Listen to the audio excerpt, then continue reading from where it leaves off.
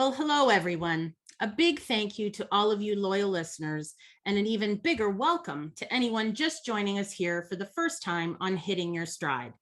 I am thrilled to have you join us today. Now, let's get started with today's conversation.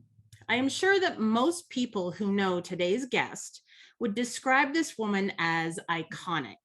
She has vision. She knows what riders want and need in order to look and feel like the successes that they all strive to be and achieve. I have with me today the founder and owner of Blueberry Hill, Ardie Hastey.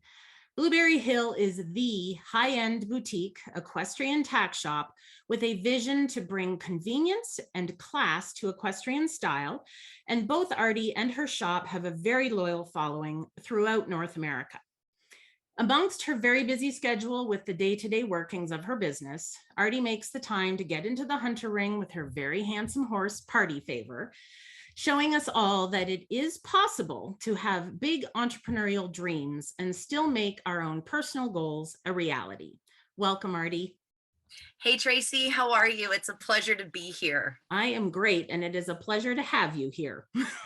So fun. This is like a party on camera. It's Yeah, kind of exactly. a whole new thing for me. I'm not gonna lie. You're actually my first Zoom person, if that's crazy enough. Well, I've never done a Zoom thing before, so I'm honored, the and right word. it took us a while to get here, right? But Hey, first, right? Right? I thought we were all gonna need a nap or a drink before we got online, but that's okay. It's okay. oh That's my actually the goodness, life of an amateur at the show ring. So it's it's called perfect. winging it. Yes. There you go. And I have to tell you that when I was thinking about doing this podcast just about a year ago, putting together the ideas of like, can I, should I? Yeah. You were at the top of my hit list for Oh my that one. gosh. Yes. And Well, it just took us a while to get going we on it. get it. So Well, this you is know what? It's actually so cool that we get to do this now because I just had that really cool article in Sidelines magazine. So this is a great kind of add-on to it. And what's really cool is this kind of caps off the end of our 10th year anniversary. So we're kind of ending it with you with a bang. aw, And I thought that was really great. And as you are also one of our um, wholesalers in our store and we do sell your product, it's been a pleasure working with you guys. And I was only more than excited to try something new and do your podcast. oh, well, thank you. And yeah, I was very happy to see that great article on you. And, you know, like you said, we are very grateful to have our Stone Path product in your Yeah. store. And Oh, it's well, it's been, great. we've learned so much from you about, you know, doing customizing stuff and working with clients, because I mean, that's your forte. So I'm not gonna lie, I'm learning as I go too. And like there you every day go. you learn a different thing and but it's totally worth it. And it's great to work with a Canadian product. And yeah, we can't Awesome. do enough of that. So Awesome. All anywho, right. I could talk all day. So you just tell me what to do. All right, so let's get this first question in here. Okay, so Cool. for those who know you, you're a woman of many talents, both in the ring and running your store. For Yeah. those who don't know, what links the two parts of who you are and what sets them apart? Well, I am definitely my own definition. Ardie is definitely probably a separate thing of its own. I was always, an amateur with goals that wanted to do stuff in the horses. And I knew that being a professional really kind of wasn't realistic or maybe the lifestyle or possibilities that I wanted. So I kind of was trying to find ways to be a part of the horse industry without being a rider or a professional, which a lot of people focus mainly on. I was a groom for very many years for a bunch of different awesome professionals and learned stuff. So, I was able to use my hands-on with the horses, the business, and the people and incorporate it actually with the Blueberry Hill tack shop. So it was kind of fun. That was kind of how it began. And it was this little thing that I kind of grew, and here we are Yeah. going with it. So yeah, it's kind of a way to, I guess, uh, I have a really special opportunity to do something that I love and be able to be in the industry that I really wanted to be in. Well, that's you know? awesome. And I Yeah. think we'll touch on this a little Yeah. more into our conversation. But so basically, you've had these previous experiences that have kind of led you to this knowing of what Yeah. you wanted to do. Yes. I mean, I went to McGill as a phys ed and health kinesiology teacher.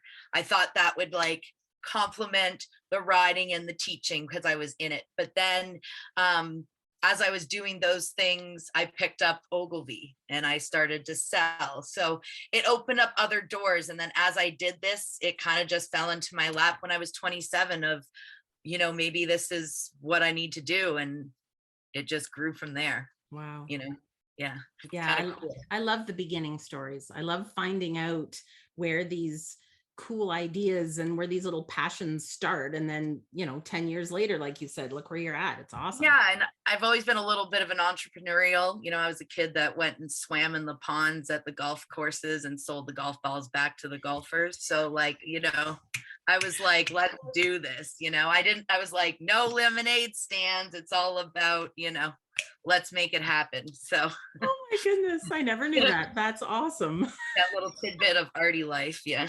Oh, that's great. So one of the things that, well, it's your tagline. Everybody knows this, only the best, right? Yeah. So where does only the best come from? Was it something that grew in you as a rider, or did it happen after that? I would say it happened more after that. The motto of like only the best in my mind was the products in which I carry in my store to me are some of the best products. Where it did link with my horses and my riding is that these were products that I already used or began to use and love it. And the idea of only the best, if I related it before to my riding, I mean, I always wanted to excel and I was really hard on myself. So as a person with a lot of goals and demands and standards, I only try to do the best. And so to me, these are the items where I stand behind and use and believe in them. So Yeah. Okay. So then yeah. obviously you have a sense of trust that these are great items to put in your store, that Yes. that you feel like you're providing a good guide for your customers, that they can Correct. rely on these. Yeah. Correct. Yeah. A lot of these products I know inside and out. I either work very closely with the suppliers that are designing the things, making suggestions, so that we can really improve the product to be helpful for the entire industry. It's always important to try and find new and, good quality things. So when you find them, and then it's a way to elaborate and build from those. Mm-hmm. I just want to step back a little bit, because when you're Yeah. describing only the best and Yeah. you brought out how you can be hard on yourself. Yeah. What was in the beginning, or like in the first few developing years? Because I know it takes 3 to 5 years to build a good business, right? Yes. Yeah. Where were you on that spectrum of being hard on yourself? Like, what was that like for you? I mean, obviously you pushed through and you made it succeed. Yeah. What was that? I think the part of like only the best and like perseverance is, belief and keep going. I was really fortunate. Blueberry Hill really materialized quite naturally. I went, traveling, working for Ogilvy Equestrian. I got approached by a lot of other companies. I had already been riding in the industry for quite some time. Like only the best. I mean, I really wanted to try and be the best I could, I did hunters, I did some equitation, jumpers. So, yeah, I'm always that person that needs to go to the next level. I need to, okay, I established this, I'm goal oriented, and it's like eye on the prize, let's do it. Yeah. So that's kind of that opening to only the best is like, just go get it. Awesome. Yeah. I've had a few podcast interviews with some entrepreneurial people, and Yes. it's a common theme. Like, I think my last guest referred to entrepreneurs as lions. Right. And like, I'm not gonna lie, like at first I start this thing and I'm like, oh my God, are people gonna even like me? Are they gonna even, and at first it became word of mouth. And people already knew me in the industry as a rider, a groom, the funny girl that's always Ardie. So, whether I'm, giggling on the side of the, warm-up ring or telling a crazy story in my store, they still get the real Ardie in Yes. it. Well, I got to tell you, and I was trying to figure out when in our conversation I would bring this up. But do you remember Yes. the first time we met? Was it at the Royal and It I was was like hot mess Sally? it was at the Royal, and this is where Yeah. Matt and I were coming to meet you to show you in Yes. person our Stone Path products. Now, the part Yeah. that was hilarious is that obviously the Royal can get, delayed and times are delayed and Mayhem. all that kind of stuff. But it was Yeah. so funny because once we met you, you could Yeah. not walk down an aisle without 50 people stopping you and go, Ardie, is that order in yet? Ardie, I need your Yeah. advice on this. And we're like, whoa, who is this woman? Everybody knows you. Everybody is looking for your advice. It was For all the right or wrong reasons, but like, hey, it's always a good time. But yeah, yeah. no, it's a bit crazy sometimes. I feel like I get kind of like, deer in headlights, thrown in different directions, try to answer questions. I'm like, what's my name? Okay, yeah. Blue saddle pad, moving on. It's great. It's kind of fun. The being who I am, once people saw the products and the customer service and really what I could offer, I think it really opened up even more avenues. And like you said, it was, it's a lot of craziness. It's a mayhem. And what was awesome is like I'd heard so much about your boutique and how great you were at customizing. And I'm like, I got to admit, Matt and I were like going into this a little intimidated. We're like, I don't know. It felt like a job interview. But then once we met you, we're like, it's not a job interview. It's like a party, right? This girl is awesome. So yeah, it's always a party with Ardie. That's right. And it was just, it's been, like I said before, it's been so great working with you. I mean, we were new at that point. Oh You my just God. sort of guided us and along. it was through Stephanie from De La Cour, who I carry also her bonnets. Yes. And actually a little tidbit, I was Stephanie's first retailer ever when they opened up at the Royal many years ago. So it's kind of cool. And that's exactly how my business has grown, has been other suppliers or people that know me or have seen me and they're like, hey, my friend is starting this product. I think you would be awesome for them. I think that your product would fit right in. And that's how it happened just with you and many others. So that's, it's full circle. Awesome. That's great. Those fun starting stories. Right? Oh God, there's so many. It's not always so glamorous. I can tell you that much. Yeah, that is for sure. So going back to your Ogilvy connection, what was it that made you decide to transition from working for brands like Ogilvy to opening Blueberry Hill and selling them instead? Okay, so the Ogilvy thing started really randomly. I was, again, a young rider wanting to go to the States. I approached Jack Ogilvy and said, hey, I love your product, can't afford it, really want to use it.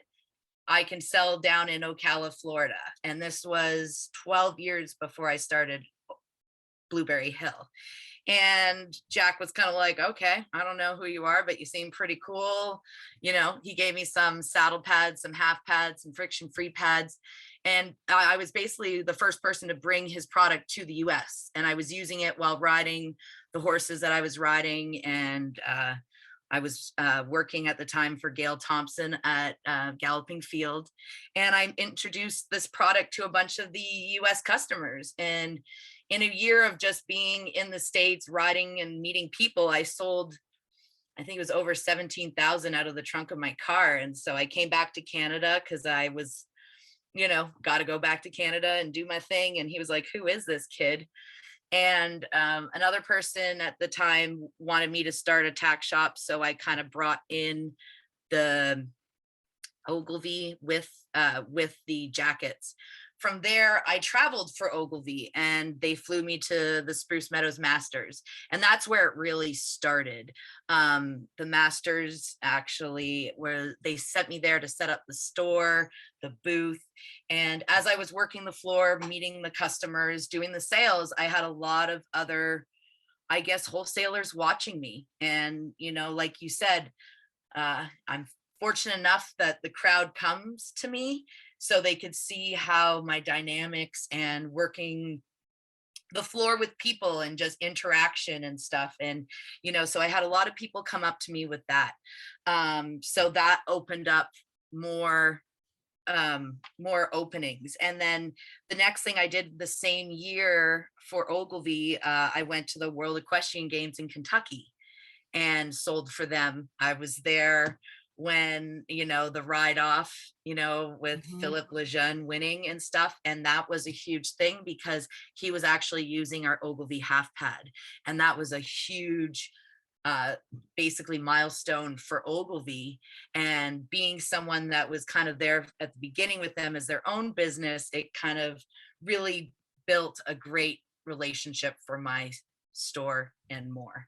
Yeah. So it was really cool. So through those things, I was able to find different, and I kind of went to my dad and went, okay, look, like I have all these people want me to be a sales rep instead of being torn in 20 different directions. How about we put it all in one and I do something with them all? Nice. Yeah.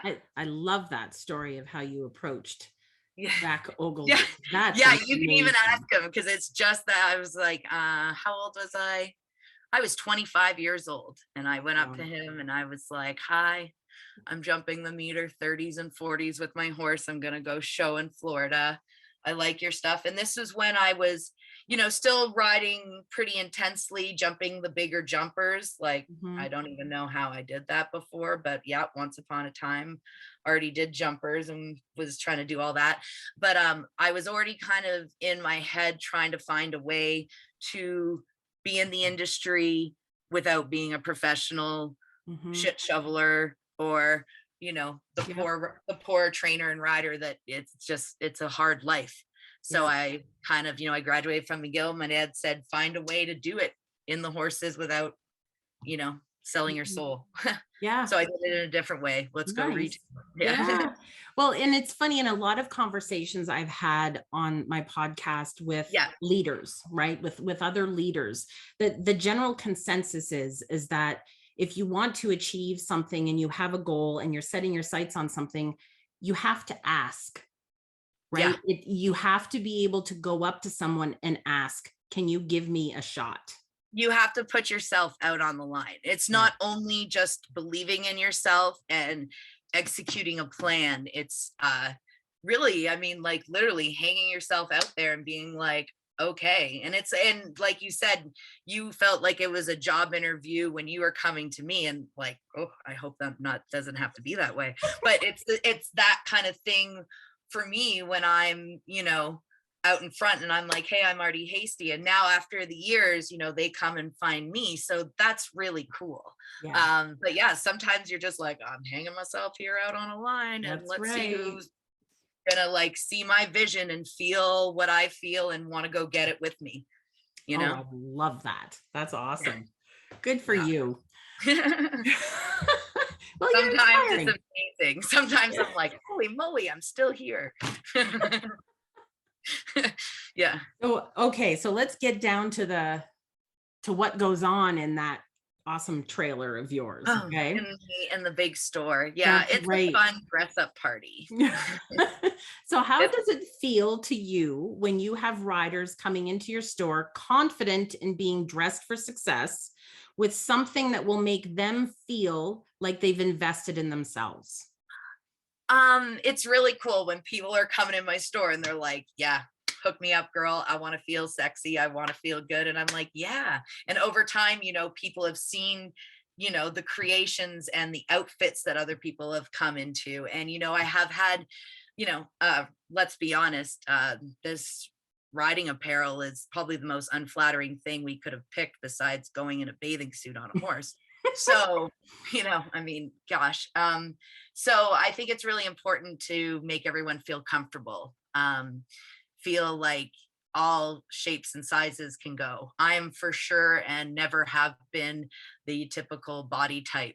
That was actually one of the things that was put in front of me as a up and coming professional. They're like, you ride great, the horses love you, but you're not the ideal image and look. So you're going to be the second or third choice. And, that was a professional, a Canadian that I really look up to. And he was right in what he said in the way the industry was. So that kind of made me turn it in a different way with, my store and the clothing that, all body types can ride. Okay. Whether it's professional or not, I want my customers to come in, not feel judged, not be, feeling uncomfortable. Like, I got boobs and butts for days. It's all good. Like in my store, like if it doesn't fit me, it's not going to probably come in. And there are other girls that are, much taller, broader, bigger than me. So it's the importance to give everybody a good feel. I want people to feel like they're understood in my store. I want to find things that really get clients to feel unique and special. Everyone's wearing the same beige pants. Everyone's wearing a helmet. But if we can do different things to make them feel good about themselves, and it's a funny saying that I've come up with in the last year. If you feel sexy, ride sexy. But like, it's a thing. Cause like, if you're not feeling good on your horse, you're going to be like all hunched forward and blah, if you feel good, you're like, yeah, look at me, my pony, I look good. It's like going to a job interview. If you look like a slob, it shows maybe an impression that isn't really truly who you are. But at least, in the show ring, you can do that. And I've been really fortunate. I can't explain it, the way my brain works. I'm very good at remembering clients and what they've purchased in the past. So I've become, very invested in my clients and, know them kind of inside and out. I've had people come to me and, cry on my shoulder, or, other people have come and, thank me because, their daughter hated going shopping for any clothes. And then just the idea of shopping for riding clothes, if you don't feel great about your body, and this is supposed to be your hobby and the sport you love, I've felt those years and days and, ridicule and judging. And so it's like, that ain't happening at Blueberry Hill. And, the song, I found my thrill on Blueberry Hill. Like, I want people to come and have a great time. And it's making them feel good inside and out. That makes them come back for more. And that's why Blueberry Hill has lasted however long it has, because, people, they feel results, they feel special, they look good, and they come back because they have a great time. It's supposed to be fun. Yeah. This is our expensive golf game. Like I said, we're very privileged. We're riding our ponies. Let's, it should be a fun for all. Well, and that is such a statement. I mean, when it's described as only the best and boutique, and plus, yes, I mean, everybody can say that there's a certain, image that's associated with equestrian riders, whether it be hunter jumper, dressage, there's a certain image. And there's nothing more intimidating. Pardon? Yes. That can be in any sport. I'm not saying it's riding. They're, ballet, they're very structured. Oh, yes.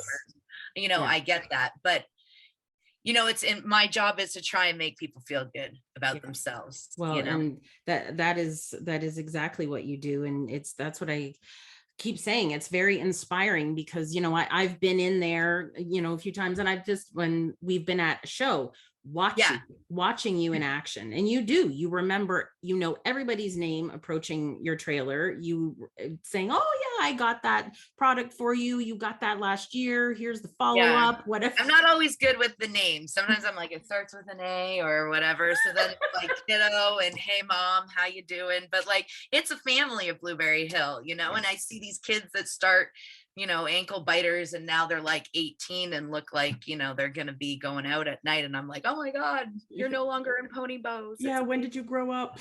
Right. Yeah, exactly. Okay. So, here's a quote. Yes. Our favorite part of what we do is we find innovative, fashionable, and customizable products. That's part of a quote from you. What makes customization so important in your line of work? Well, circle back right to a job interview. My goal with Blueberry Hill is to work with young upcoming professionals, older, young, actually. Riding has no age, limit, as we all know. But starting off barns and new trainers, it's all about representation, marketing. So if I can get a hold of, these people that are starting barns, I can supply horse clothing. I can do the drapes, the tack trunks, saddle pads, bonnets, all of these things I can then do in, how we have barn colors. So it's all of a marketing scheme and a way to represent. Basically, if you're doing horse clothing for the scrims and coolers, walking down to the ring, that's a billboard on 4 legs. Represent yourself. Again, show, it's, you got to believe in yourself, and half the other battle is to look part of the part, and the second part is hope your stars align that day and your hard work pulls off and whatever.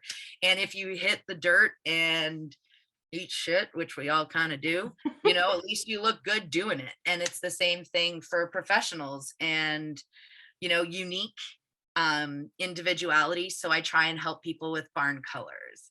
I try and help people with their logos, their designs, and just find different ways for them to feel like they're really expressing themselves, their business, their own motto in the products that I can offer them. Wow. Yeah. And you're very customizable with your clothing too, aren't you? Like boots and dog collars and all that kind of stuff, right? Yeah, I definitely like the Tucci boots, the helmets for Sam Shield. Both have customizable options. Same thing with Ogilvy. I have a lot of stock in the shirts and jackets. I don't have so much customizable for that. I have more barn apparel like toques, the baseball hats, the vests, all that stuff we can do, team apparel. I actually did one time for Pan Am Games when they were at Caledon, for the Argentinian team. I did all of their polos and a bunch of their baseball hats and stuff. So that was really fun. Yeah, that was cool. Fun. Yeah, so it's just little things like that. And actually, I was the one that also facilitated and got together the first set of Ogilvy pads to go on the Canadian Equestrian team. So that was really cool when we got that, because there are certain, regulations and stipulations of the FEI saddle pads and what is allowed to be on it and whatnot. So that was really cool. Wow. I've kind of dabbled in a little bit of everything throughout. Stuff like that. It's kind of fun to be a part of it and be behind the scenes. Well, and you've established for yourself a real niche of being known for being really good at dealing with custom products. Yeah, I think because of that like weirdo memory part of me, I can kind of compartmentalize, think of stuff and whatever. Sometimes it's like, oh my God, I got to write this down before I forget my name. But I get a good jive. And I think because people enjoy the whole experience and they feel like they've really made the right decision and they're creating and ordering something that they really want. It's, yes, you need certain things in the industry and everyone has it, and it's a cookie cutter shape, but let's color it between the lines in a really cool way instead of just going, traditional. Nice. All the time. Yeah, you got to keep things interesting, keep it Keep fun. Keep it fresh. Yeah, exactly. All right. So thinking back to when you got on your first horse, did you dream of being a professional rider? And what changed that helped you opt for taking a different road to the same destination? So a profession within the horse industry. Okay. Yeah. Actually, to be honest, when I first started riding horses, I was 4 or 5, like taking lessons, and it wasn't hunter jumper. And I just wanted, like, my whole goal in life was to go to a horse show and to show. And like, I went to Bromont International when I was like 6 years old and saw like the hunter jumpers. And I was like, oh my goodness, this is all I want to do. I want to be one of these girls showing their horses. But I had never even done hunter jumper. Like, I started in saddle seat and I learned how to do some Western and drive. Okay. And then I went from that to eventing to dressage. Then I had a hunter. So the idea of the professional rider actually only came later on. Hmm. It came on only, I would say, I went to the Royal when I was 21 in the CET. So that was 2004. So around there, I would say 2006 and on, that's when I really thought I wanted to go more professional. And I did for a bit, and it was fun. And I love teaching. And that was the whole thing with McGill that really helped.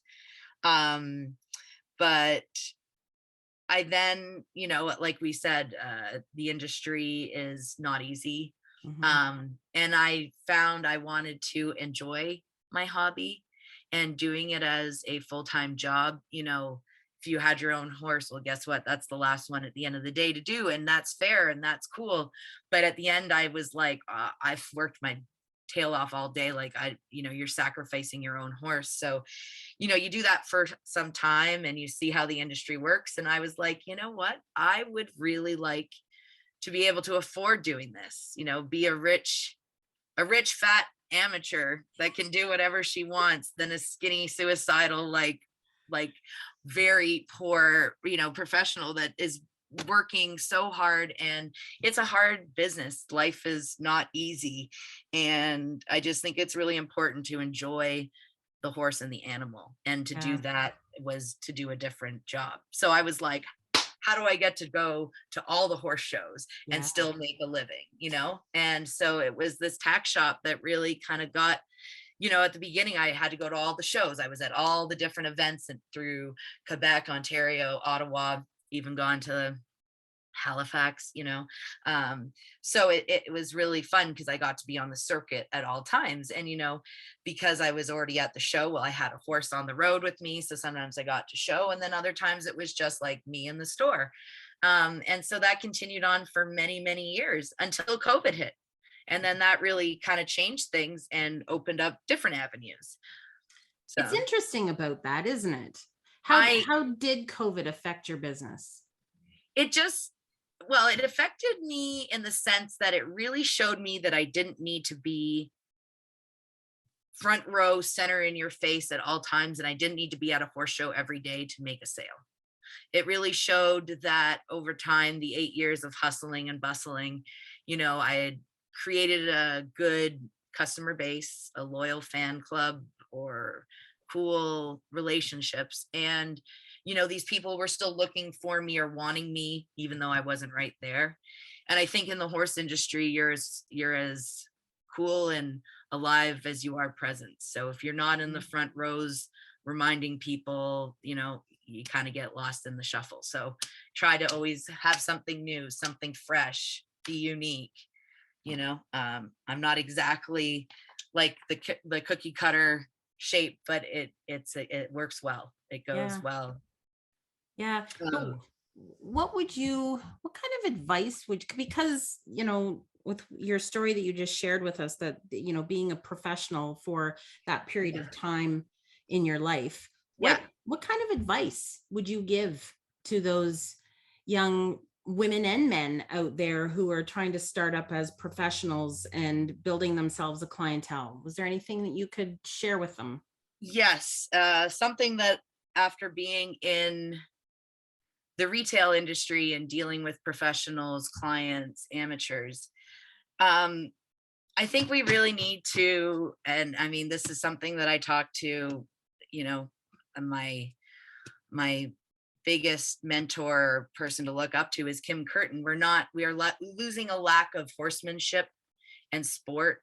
And I think we really need to rewrite the definition of a professional. And a professional is not someone that just wears white breeches and does the Grand Prix. A professional is not one that has to be champion in the hunters or, doing this. It's the whole package. It's talking to people, dealing with customers, representation. You have riders that are, saying, oh, I want to be sponsored, I want to be this. Well, okay, it's a give and take. We're giving you free stuff, so you need to bring us, your clients and people that you are working with, so that it's a give and take. Sometimes I think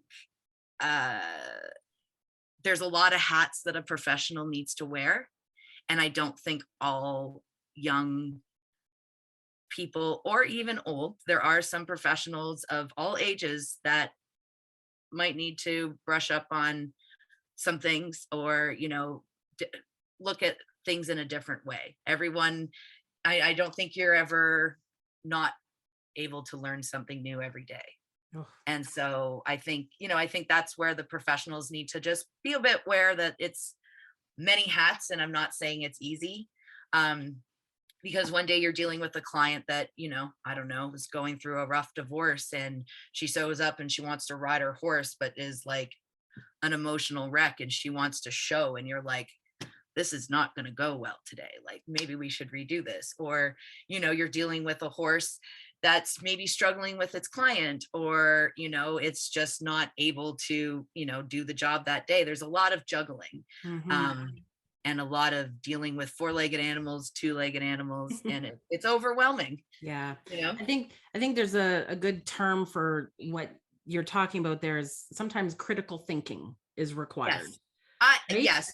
Critical thinking. And, the other thing I wanted to say as a side note for up and coming riders is, don't put all your eggs in one basket. I hate to be like, my parents were right, but, finish your education, do those things, if you can, try and do some other stuff in the work field, so that, you have all these kids that are like, oh, I just want to ride horses. Well, that's not a business.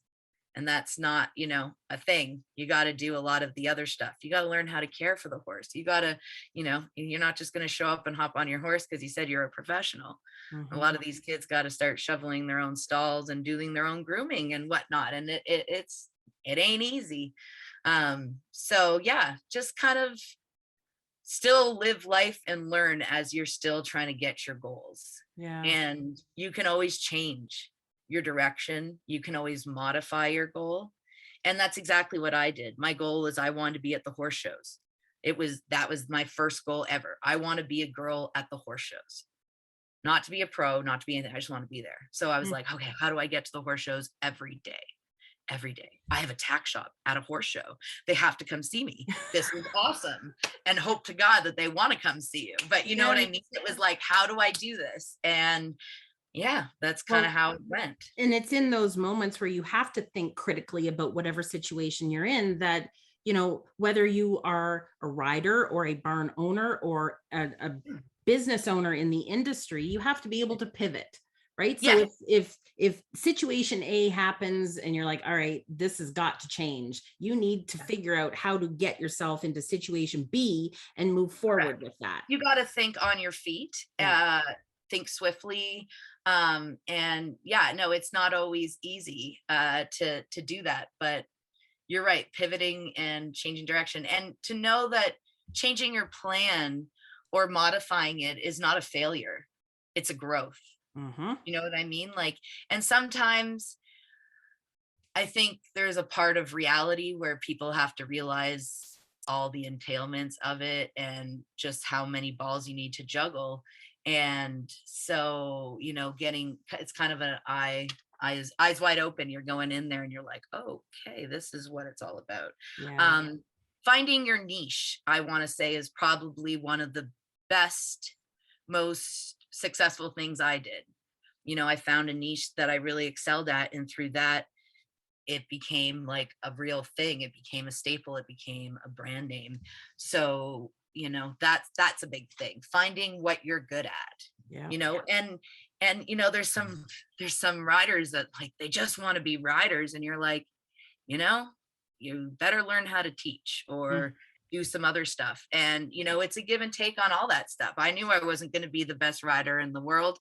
I didn't want to be either, but I knew that this was going to be a limiting thing and a stressful way. So I kind of modified it and now I get to go show in the sun in the winter times with my ponies, and Nice. life is good. I cannot complain. Yeah, it's all about evolving. Yeah, Correct. awesome. Okay, so you spend so much time helping people invest in themselves, but how do you turn that inward and find a way to invest in yourself? Well, I have to say that is a great question, and it's something that I am still working on, because when you get that involved and invested in your business and your clients, sometimes that's all you got.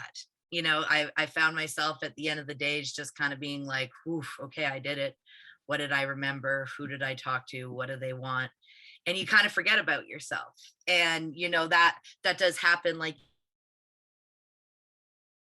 first 3 to 5 years.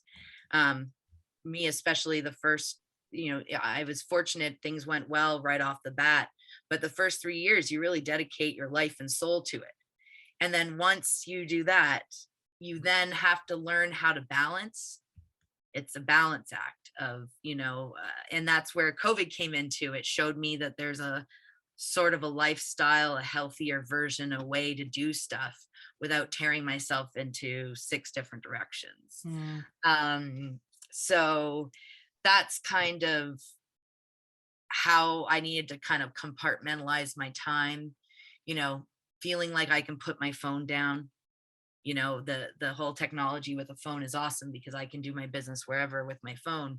But at the same time, I have clients that, text me at 12:30 at night ordering saddle pads, and like, that's awesome. I'm not gonna lie. Like, if these people are thinking about me at 12 o'clock at night, geez, thanks. I'm really like touched. Right. So that's cool. It means I'm still around. But it's to know that you don't have to always answer right that minute.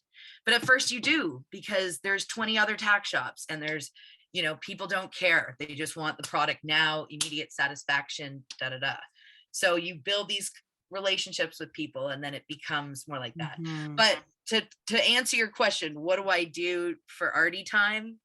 I love fishing. I always have since I was a kid, and I love deep sea fishing. So that is something that I picked up about 6 years ago, maybe 5 years ago, in Ocala, Florida. I went with my friend Tammy, and we went deep sea fishing in Clearwater, and I love it. And it's a great way. There's no phone reception, so you are forced to just let it go. Like, nice. It's Monday. I'm in the middle of deep sea fishing. I'm gonna do some fun stuff and just chill out. But then the other thing was, I needed to, I was always on the road, always at a horse show, movement. I wasn't good at sitting still. And well, COVID definitely taught you how to do that, and it taught you how to appreciate it. And, now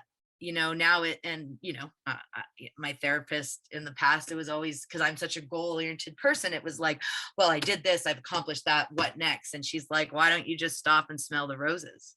Like, why are you punishing yourself for accomplishing one of your goals so early in life, and now you need to do more? Like, that's great. The reason why you're so successful is because you're goal oriented. You have, an idea and you go get it.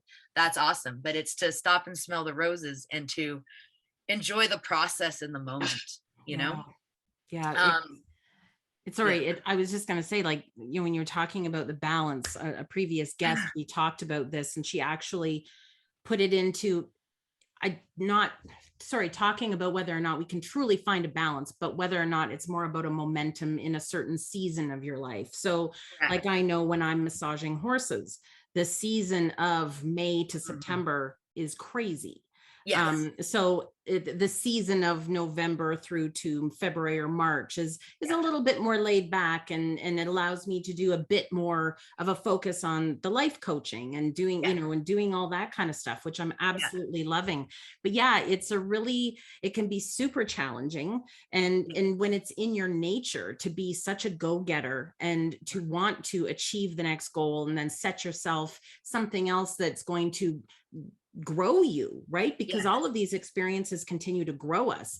But at the same point in time, it's like, yes, I've had to have conversations with myself. It's like, Mitchell, sit down. Yeah. Put your phone away, Yeah. read a book. Like even Yeah. if it's on, even if it's Yeah. on business, I don't care. At least Yeah. I'm learning, but I'm having some time to Tracey. Yes, exactly. And that was definitely something as a business owner, everyone needs to learn is when to find time for yourself. Because everyone's like, oh, you're so lucky. You get to make your own hours. You're flexible. And it's like, yeah, but I'm almost on call 24/7 because, if it doesn't work out, the only person to blame is myself.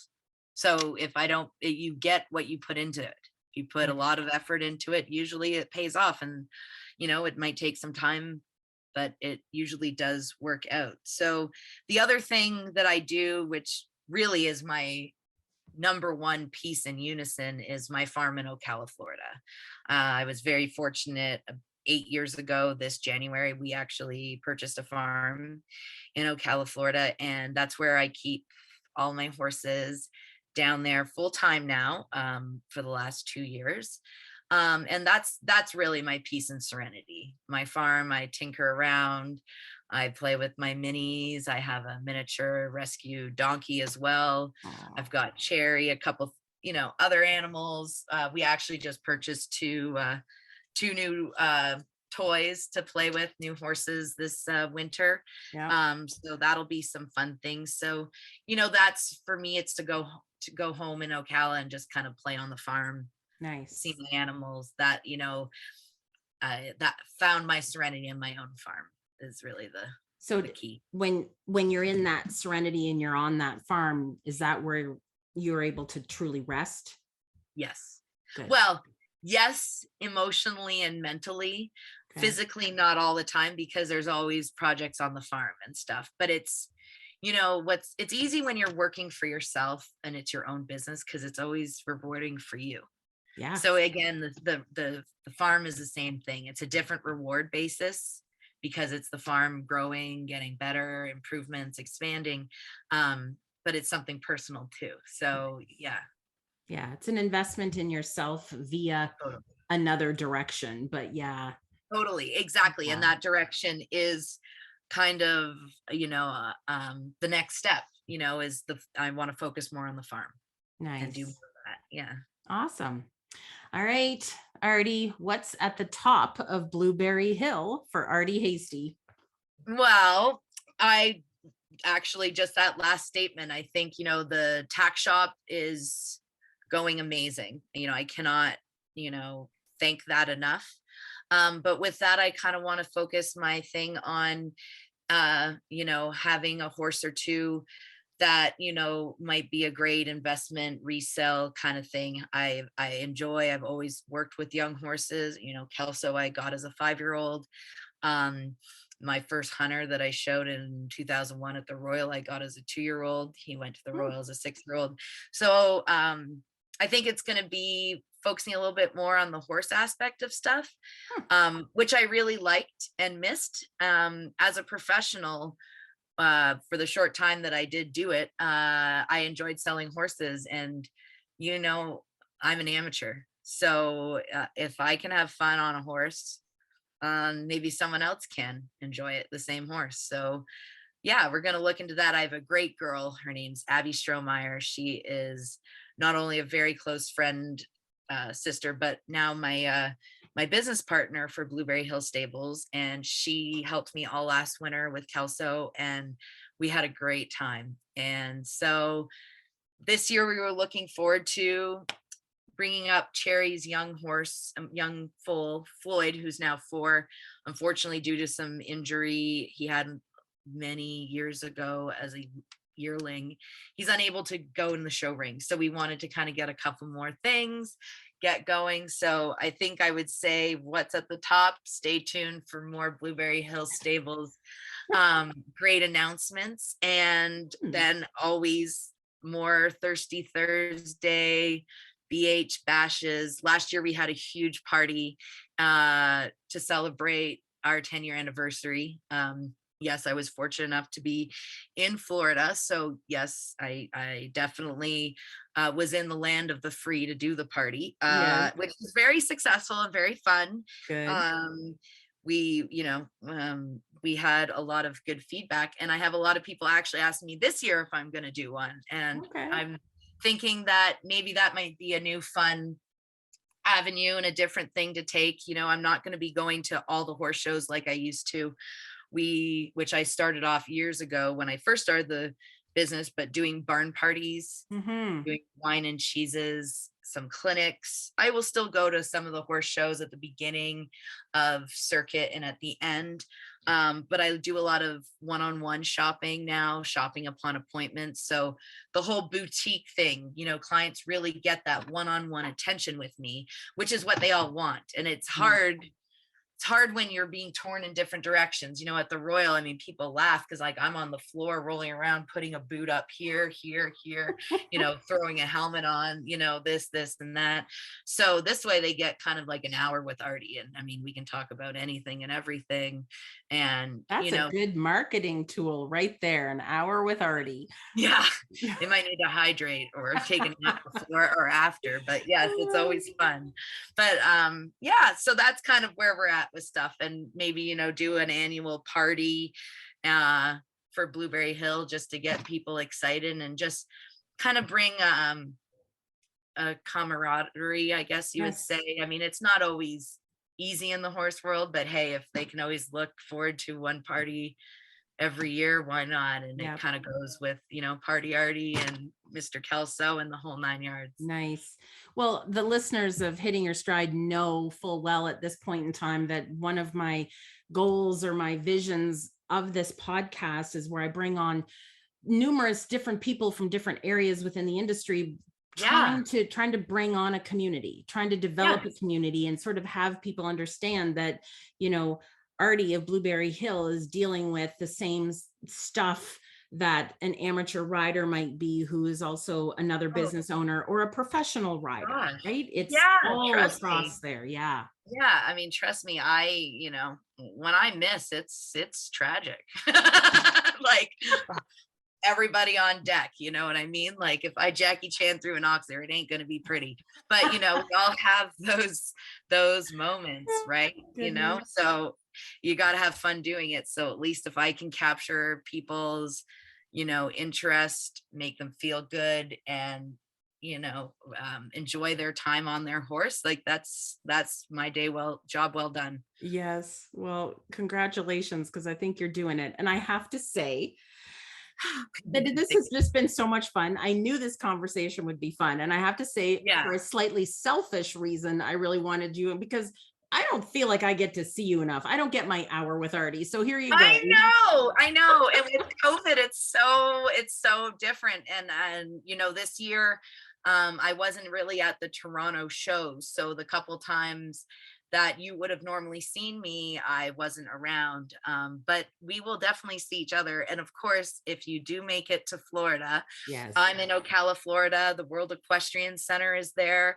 It is fantastic. Kelso and I give it 2 thumbs up, and we are ready to show again. It's like Disney for horse people. It's really fun. That's what I've heard. All right, my friends. So where can people find you in Blueberry Hill? Well, I am actually counting down the days as we speak to head south, because that's right, people, winter is coming and Ardie does not like the white stuff on the floor. No. So I will be heading down to Ocala, Florida, sometime beginning of December. But no matter where I am, and this is really cool and important for my listeners to know, and clients and whatnot, no matter if I'm in Canada or the US, both sides work. So I have my Canadian side constantly drop shipping and doing stuff. So even if I'm physically not there, we have people that are working and drop shipping things. And so the whole idea, and what's great about COVID, you don't need me right in front of you. You can call me, text me, and we'll get it done. And you're going to feel pizzazzy and ready for the race. Nice. Well, my executive producer will make sure that he puts in all of your information in the show notes. So if people want to reach you via Instagram or Facebook, or your new website looks great, they can reach you there, right? Thank you. Yes. Instagram, Facebook. I look pretty cool and put together, and in real life, I'm a hot mess. But yes, those are all of our best posts. Everything's there.